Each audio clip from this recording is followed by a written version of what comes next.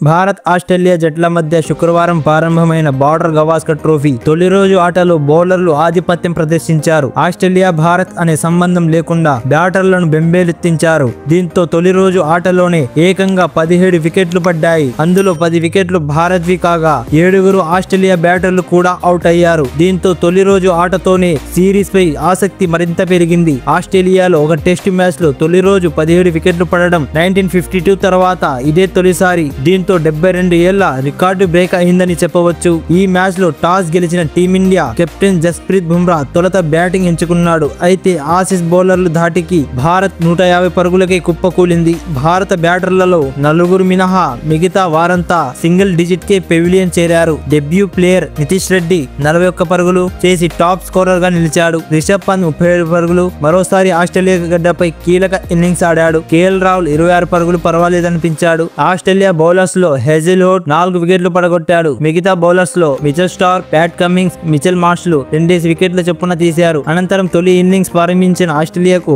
ఆదిలోనే ఎదురుదెబ్బ తగిలింది. ఆస్ట్రేలియా బౌలర్లను మించి భారత పేసర్లు సత్తా చాటారు. ముఖ్యంగా కెప్టెన్ జస్ప్రీత్ బుమ్రా తన తొలి స్పెల్ లో ఆసీస్ టాప్ ఆర్డర్ ను కకలావికలం చేశాడు. అతడి దెబ్బకు 19 పరుగులకే 3 వికెట్లు కోల్పోయింది ఆసీస్. ఆ వికెట్లన్నీ బుమ్రా ఖాతాలోనే పడ్డాయి. ఆ తర్వాత మహమ్మద్ సిరాజ్, డెబ్యూ ప్లేయర్ హర్షిత్ రాణా కూడా బుమ్రాకు తోడవడంతో ఆసీస్ బ్యాటర్లు గ్రీజులో నిలబడేందుకు కష్టపడ్డారు. పరుగులు చేయడం పక్కన పెడితే వికెట్లను కాపాడుకునేందుకు ఆ జట్టు ప్లేయర్స్ కష్టపడ్డారు. మొత్తంగా తొలి రోజు ఆట ముగిసేసరికి ఆస్ట్రేలియా 7 వికెట్ల నష్టానికి 67 పరుగులు చేసింది. ఆస్ట్రేలియా ఇంకా తొలి ఇన్నింగ్స్ లో 83 పరుగులు వెనుగంజలో ఉంది. ప్రస్తుతం గ్రీజులో అలెక్స్ కేరీ 19, మిచెల్ స్టార్క్ 6 పరుగులతో ఉన్నారు. భారత బౌలర్స్ లో జస్ప్రీత్ బుమ్రా 4 వికెట్లతో సత్తా చాటాడు. మహమ్మద్ సిరాజ్ 2 వికెట్లు, హర్షిత్ రాణా 1 వికెట్ తీశారు. మొత్తంగా తొలి రోజు ఆటలో 17 వికెట్లు నేలకూలాయి. ఓవరాల్ గా తొలి రోజు ఆటను చూస్తే భారత జట్టే ఆధిక్యం కనబరిచింది. రెండో రోజు ఆటలో వీలైనంత త్వరగా ఆసీస్ ను ఆల్అౌట్ చేసి బ్యాటింగ్ లో మెరుగైన ప్రదర్శన చేస్తే